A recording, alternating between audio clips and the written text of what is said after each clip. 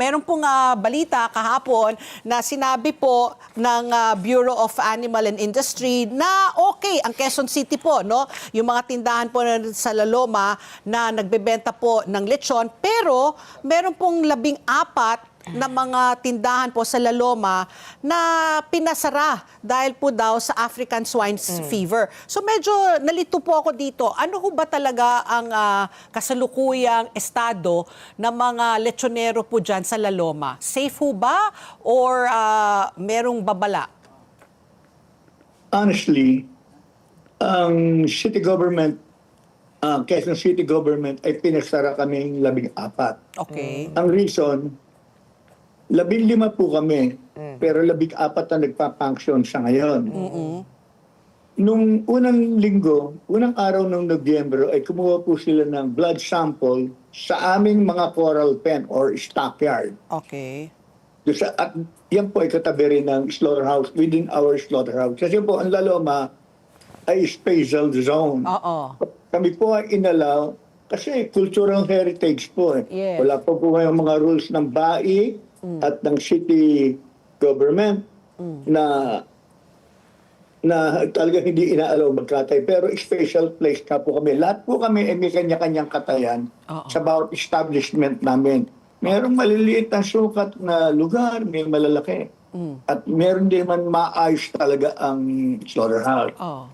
Sa 14 na kinuna ng blood sample, meron pong nagpositibo na 4. Okay. Nakakalungkot kasi nung una ang Department of Agriculture ang ginawa ang simula nung unang nagkaroon po ng ASF ay 15 kilometers radius po ang scope ng mga affected na areas. Pero ngayon po ay ginawa na lang 500 meters radius. Okay. So it means kami pong 14 na maglilitsyon ay covered na po ito. So, ang city government, Quezon City government po ay pinagsarado kami with the advice po ng Bureau of Animal Industry.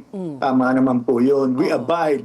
Kaya lang po, ang tanong po namin dito, kanino po kayang pagkakamali? Kung bakit nakalusot ang ASF sa amin? Kasi ang responsibilidad lang po namin ay tumanggap ng aming mga truckload na deliveries dito sa La Loma. Bawat lechonan, meron po ganyang paraan. Oo. Of course, meron po yan ASF free certificate from their corresponding provinces. Okay. Bago po sumakay, Oo. mga truck, Oo.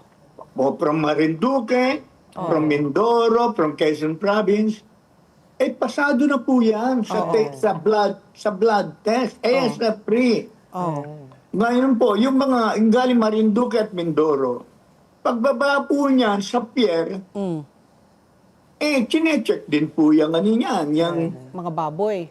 yung mga baboy at certificate. Siyempre, nandiyan din po ang Bureau of Animal Industry at yung provincial na pier, hindi po ba? Meron po sa Batangas at meron po sa Lucena.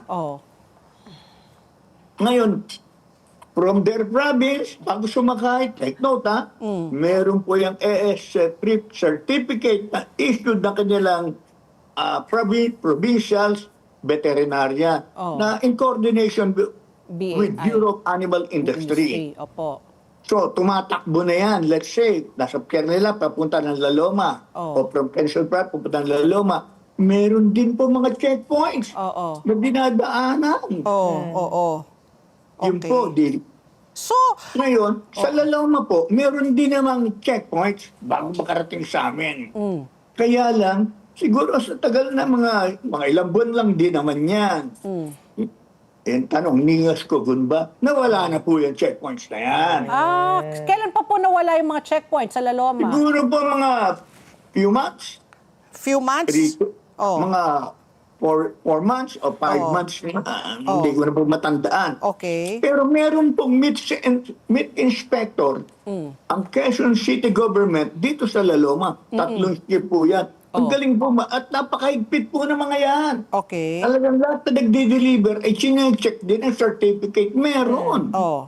Di naman. Oh. Pero nung unang linggo na kumuha lang blood sample, sinabi may 4.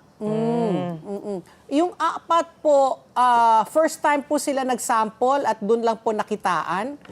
Opo, kasi yun lang naman po, unang pagkakataon na kinuna ng blood sample ang aming mga stockyard. Kasi nga sino ba magsasabi makakalusot pa samantalang tinatanggap namin with ASF Certificate. free certificate na. Oo.